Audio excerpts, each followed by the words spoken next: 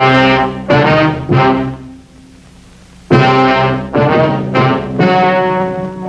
and gentlemen, the story you are about to see is true. The names have been changed to protect the innocent.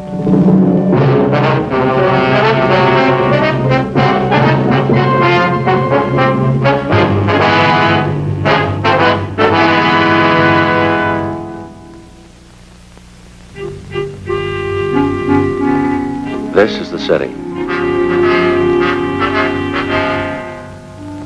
All year round, it wears work clothes. On holidays, it dresses up. To most people, Christmas brings happiness and prayer. To some, it brings heartbreak. Then my job gets tougher. I'm a cop. It was Thursday, December 22nd. We were working the night watch out of Homicide Division. My partner's Frank Smith. The boss is Captain Lorman. My name's Friday. We'd gotten a call that a 9-year-old boy was missing from his home. The evidence pointed to foul play. We had to check it out.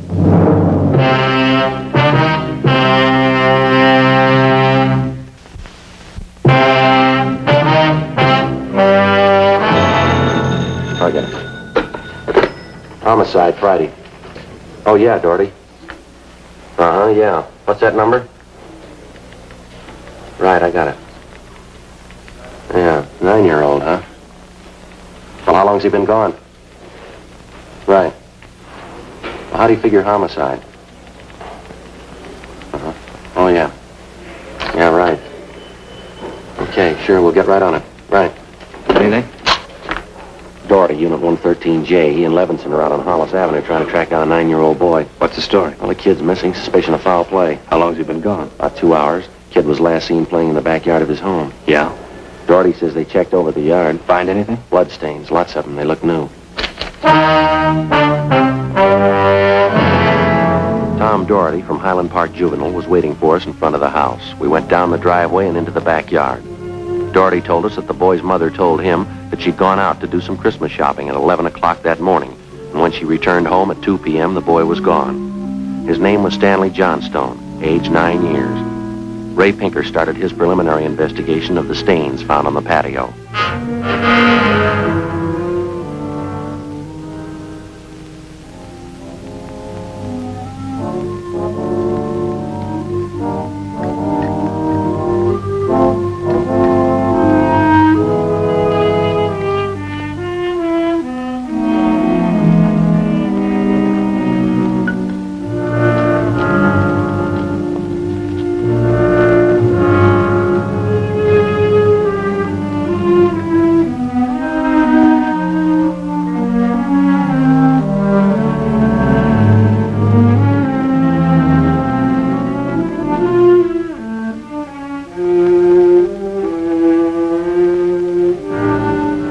There it is, fellas. Yeah, Ray? Turning blue, blood stains, all right. I don't know whether it's human or animal. You have to go back to the lab to run it through? Yeah, biological precipitin test. How soon can you check the blood for us, Ray? Precipitin test won't run more than 20 minutes. Take 3 or 4 hours to run a blood grouping, though. Anything else you want to check? Now, let me borrow a scribe and an envelope, will you, Ray? Sure.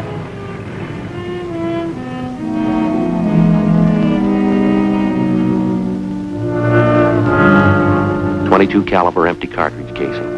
I marked it for evidence. Doherty went on to tell us that he and his partner Levinson had talked with the neighbors. They could tell them nothing. He said they put out a missing broadcast on the boy and that the mother was at a loss to explain the boy's whereabouts. Blood stains, empty cartridge. Could mean 100 things. Any ideas, Friday? Yeah, just one, and I don't like it. 4:30 p.m., Thursday, December 22nd. The neighborhood search for 9-year-old Stanley Johnstone continued. Ray Pinker went back to the crime lab to start the precipitin test and the blood grouping. Levinson and his partner Doherty from Highland Juvenile stood by. We called Captain Lorman, and he arranged for a special detail to aid in the search for the missing boy. Frank and I questioned the boy's mother, a Mrs. Ruth Johnstone, a woman in her early 40s. She seemed fairly calm under the circumstances. Mrs. Johnstone, is your boy Stanley in the habit of wandering off without telling you where he's going? No, he's not in the habit of wandering off, but he has done it before. When was the last time, Miss Johnstone? You don't have any children, do you, Sergeant Friday? No, ma'am, I'm not married. There comes that time in every young boy's life when he feels that it's time to leave home, go out on his own. Usually happens somewhere around 8 to 10. Yes, I think I know what you mean. I have a boy of my own. You know how it is. My husband and I scolded Stanley one afternoon after school, and he was quite put out about it. Thought George and I were unfair. Packed a few of his things and left. How long was he gone? No time at all, about 2 hours. I was worried about him, but my husband said to leave him alone. Said every boy had to go through that stage. Well, and you think he's run away from home again this time, do you? Yes, I think so. He's been gone about 4 hours now. I have a funny feeling about it. Did you and his father have some misunderstanding with the boy recently? That's just it. We haven't. I don't mind telling you, now that we're talking about it. I'm getting worried. Any place around that he might like to visit, a hobby shop or a playground where he might be? Well, yes, there's Jensen's model shop, little Heidi Robinson, but I've already called all his friends, and they have no idea where he is either. I see. We'd like a list of all of his friends and the places that he was known to frequent. Yes, all right, I'll give them to you. Where do you suppose he is? Where's your husband now, Mrs. Johnstone? At work. George works for the city. He's a fireman. Where's he stationed? Engine Company 12. He's working the A platoon. He'll be home tomorrow morning. I haven't told him Stanley's gone. Was there any chance that the boy might be down at the firehouse with his father? No, he seldom goes down there anymore. No, I don't think he's there. I'm awfully worried. May I call my husband? Oh, sure. Go right ahead. I know George will be worried.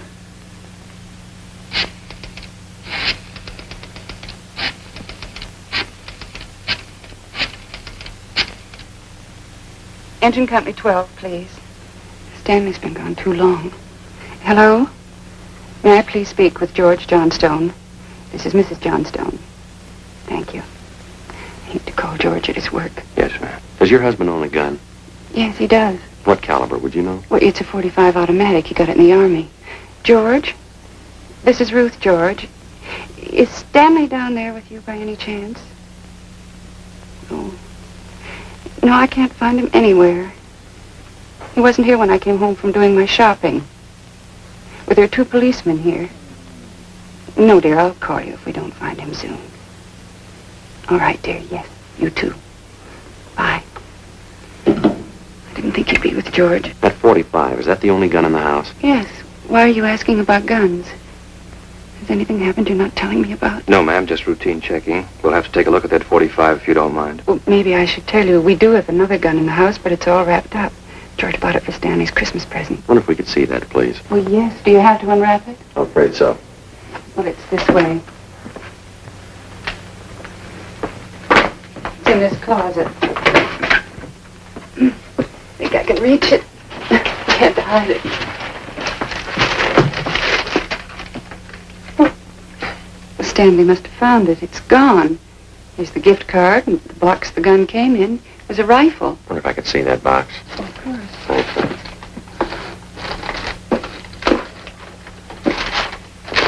How about it, Joe?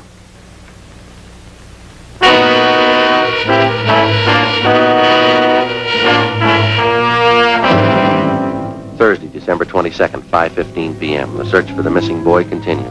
We checked the list of Stanley Johnstone's friends. None of them or their parents had any idea of his whereabouts. We talked with Doherty again. He'd been in touch with the detail combing the neighborhood. They found nothing. We went down to Hollis Avenue and 10th Street, the service station on the corner. Want a dime, Joe? Go on, come.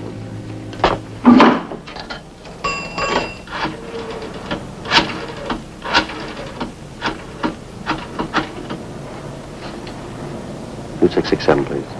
Thank you. Crime lab? Yeah, Ray? No, Ray Pinker. Hi, Ray. It's Friday. No sign of him yet. Did you finish the precipitant yet? I see. No, we don't know. Oh, we didn't want to upset his mother any more than we had to. What? Oh, yeah. Yeah, we can do it that way. What? What? Oh. Yeah, well, transfer me over, will you, Ray? Yeah, thank you. Right, check you later, Ray. Well, hi, Captain. It's Friday. Yeah, well, we just left Doherty. Yeah. Right? We'll stay on it. What'd Pinker have? It's human blood. He's working on the grouping now. I wanted to know the Johnstone boy's blood type. Something else. Yeah? There's another one missing. An 8-year-old boy.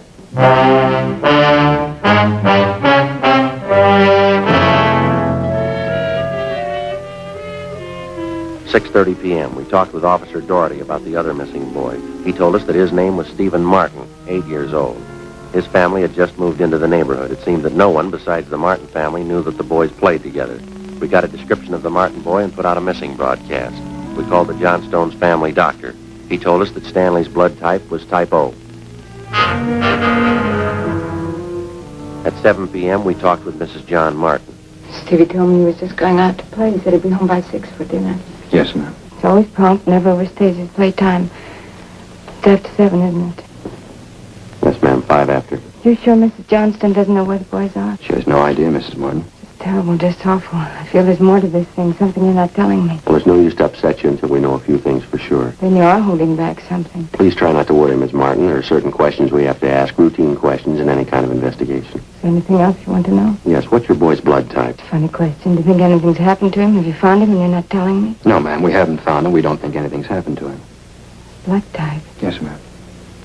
I think I have it written down in Stevie's baby book.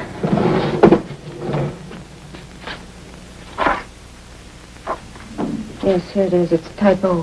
Thank you. I wonder if I might use your phone. Yes, of course, in the hall. Thank you. Excuse me? Mm-hmm.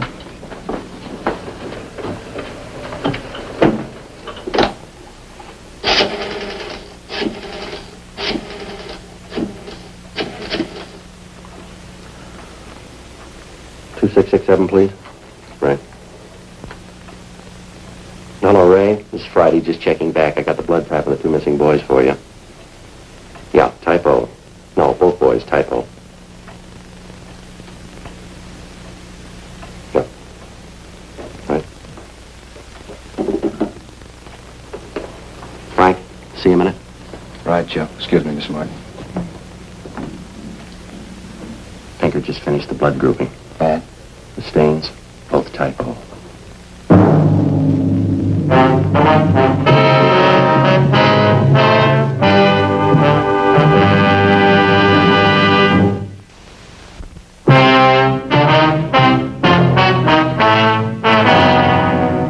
8 p.m., Thursday, December 22nd. Still no sign of either of the missing boys. Captain Lorman went back to headquarters to direct the search from there. He dispatched another detail of 50 men to aid in the hunt for the missing youngsters. 8:30 p.m. We went up the block to see Mrs. Johnstone. Her husband had quit work early and returned home. We talked with him. He could tell us nothing more than we already knew. We still had not informed either of the families about the blood stains and the empty cartridge casing which had been discovered in the backyard of the Johnstone home. It was more than possible that they had a right to know about our findings, but Frank and I felt there was no cause to add to the distress of the 2 families at this time. If the 2 missing boys were found alive and well, then the blood stains in the cartridge would be of no concern to the relieved parents. At 8:40 p.m., Frank and I left the Johnstone house and went to the home of Mr. and Mrs. John Martin. Miss Martin, you say your husband works in the market. Yes, he telephoned about 15 minutes ago and said he was closing up right away. He'll be here any minute. Do wish Stevie would call or come home. It's so cold out tonight. All he had on was a thin cotton shirt. You try not to worry. We're doing everything we can. He'll be all right. Stevie's father's such a sensitive man. He and the boy are so close. I know he's terribly upset. Now, you say you looked every place. There's no place else the boy might be. Oh, no place, no. If anything's happened to the boy, it'll just kill John. You just take it easy, Mrs. Martin. Sit still. I'll get it. Thank you. Joe. Yeah. The Johnstone kid, he's been found.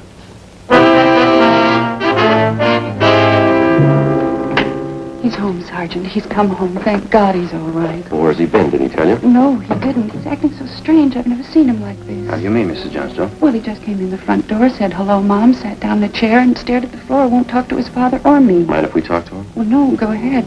I asked him about the little Martin boy, but he wouldn't tell me a thing. Where's he now? In the dining room.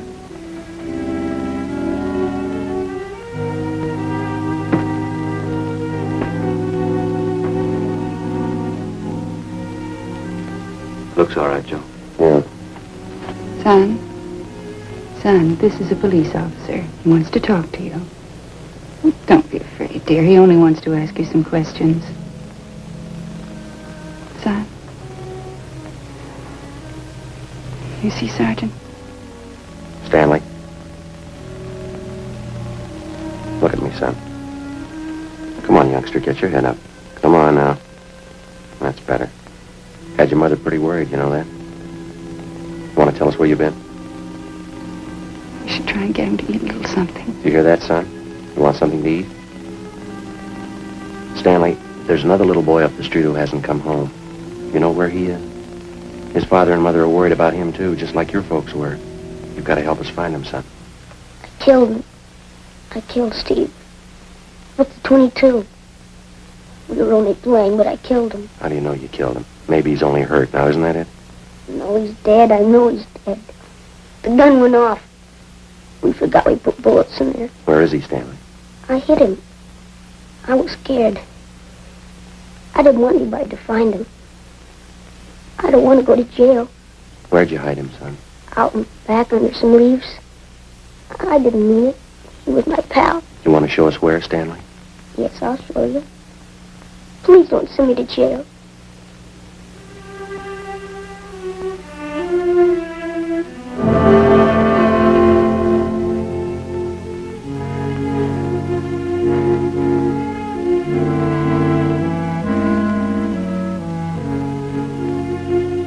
(9:15 p.m., Thursday, December 22nd. 9-year-old Stanley Johnstone led the way out beyond the backyard of his home. He showed us the wagon he moved the body in.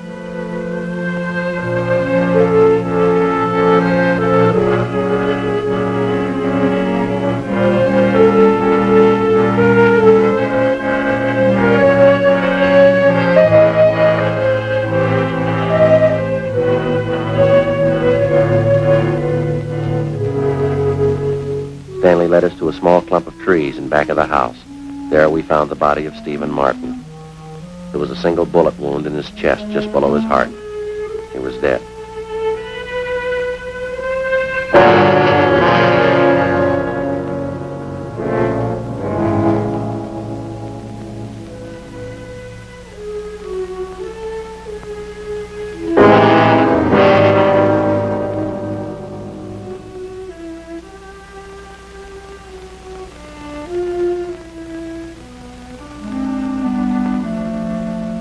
I knew my folks were going to give me the gun for Christmas.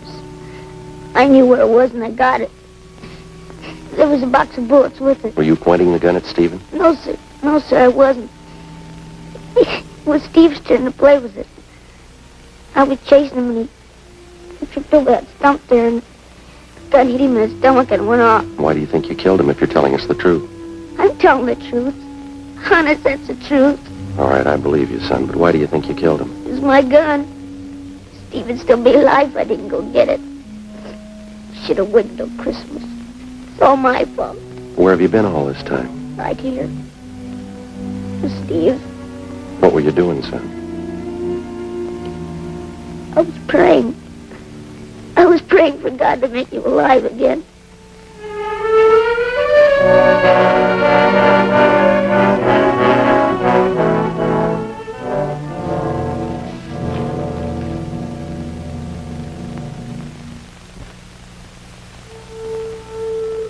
After a thorough investigation, Frank and I were convinced that the shooting of Stephen Martin was accidental. All evidence indicated that the Johnstone boy was telling the truth.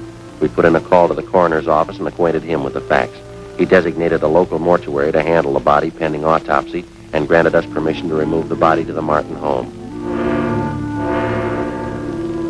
Mrs. Martin collapsed. The family doctor was called. Frank and I sat in the living room to wait for John Martin, the dead boy's father.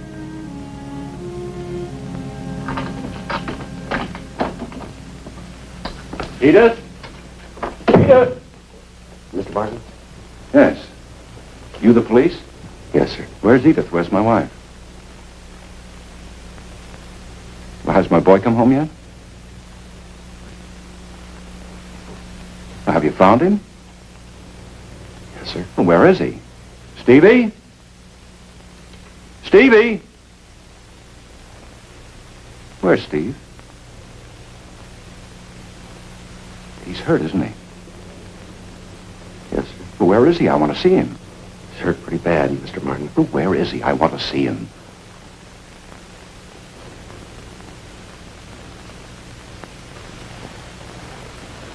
How bad? Pretty bad.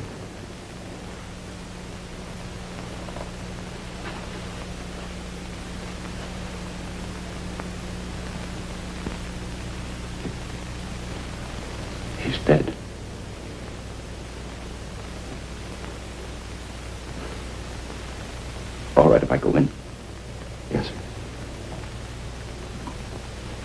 Will you go with me? Yes, sir, sure.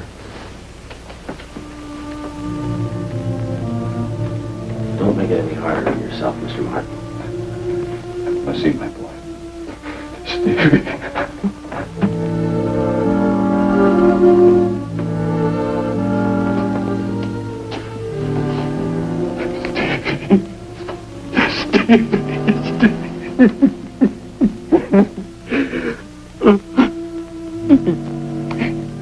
Listen to me, son.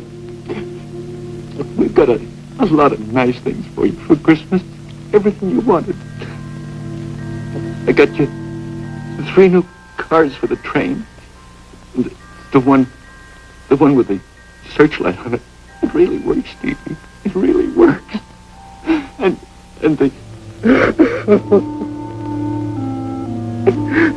the new switch you wanted. And a lot more track. You know, now you can have a big light out.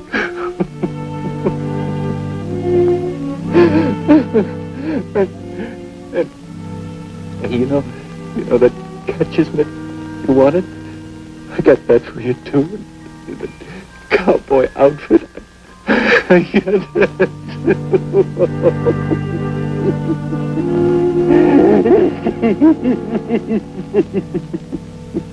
Mr. Martin.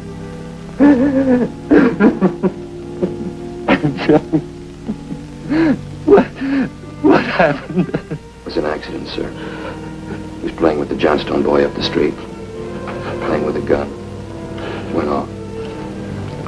What was the name of that other boy? Stanley Johnstone. It was an accident, sir. Mr. Martin. I want to see that boy.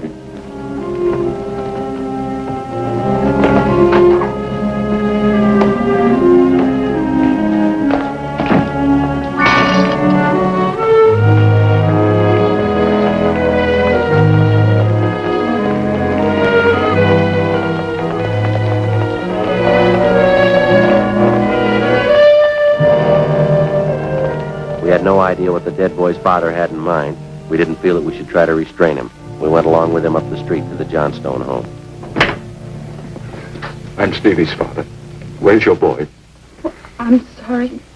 We bought the gun and we were going to tell him not to use it unless his father was with him until he learned how to treat firearms. Where's your boy?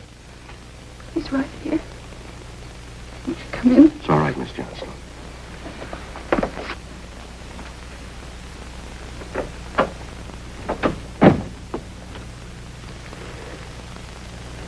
Are you the boy that was with Stevie? Yes, sir. What's your name? Stanley.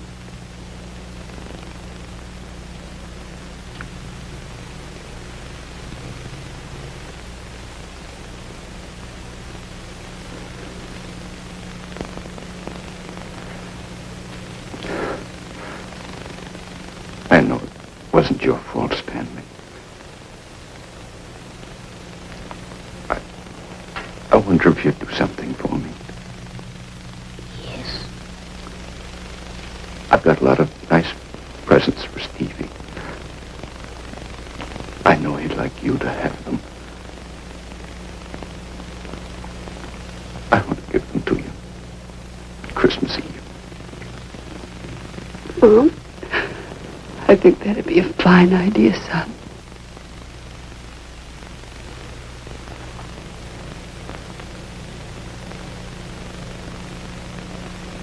Come on, Frank.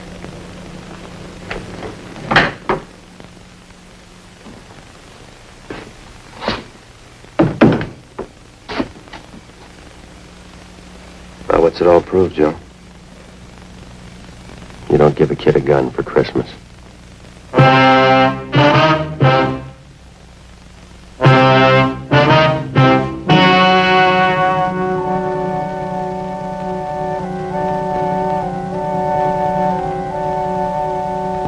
On December 24th, the coroner's inquest was held at the County Morgue, Hall of Justice, City and County of Los Angeles, State of California. In a moment, the results of that inquest.